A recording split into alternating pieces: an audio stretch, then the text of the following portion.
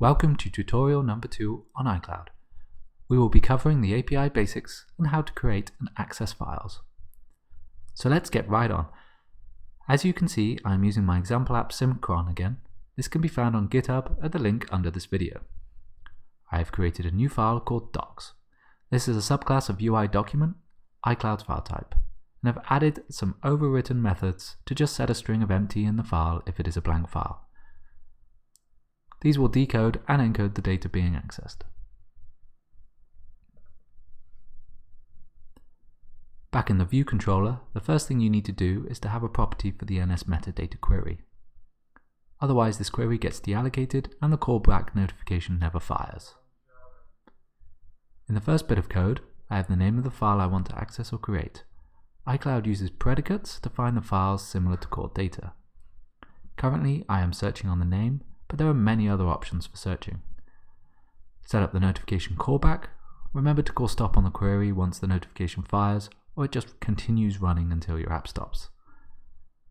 Set the property I mentioned earlier, and then call start. This next function deals with the loading. If there is a result, you know the file exists, and you can just call open on it. If there are no results, we now need to create the file. Firstly, create the path for the URL and then call save to URL. If it was successful, we know that the document saved and was created. Running this app, it should say new document the first time it's run, but subsequently it should say opened, as it will find that file in iCloud. And we are just adding the loading call in view.did.load.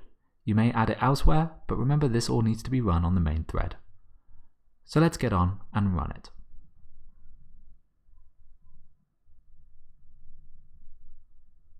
Okay, brilliant. As you can see, it says new document.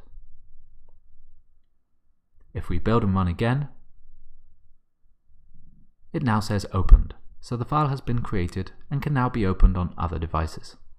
This was a simple overview of the process and how iCloud works.